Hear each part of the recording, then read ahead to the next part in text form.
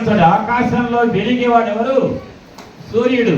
ఆ సూర్యుడని ఆకాశరాజు యొక్క కిరణాల వల్ల భూమి మీద విచ్చుకుండేది ఎవరు?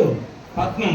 ఆ పద్మం అంటే ఏంటంటే గుర్తు పెట్టుకోండి, ఎప్పటికీ కూడా 5 అని అర్థం. పద్మం అంటే పద్మం అంటే 5, పుష్పం అంటే 5. 5 ఏంటో కాదు, కళ్ళు, చెవులు, ముక్కు, నాలుక, చర్మం, 5 జ్ఞానేంద్రియాలకు సంకేతం పుష్పం.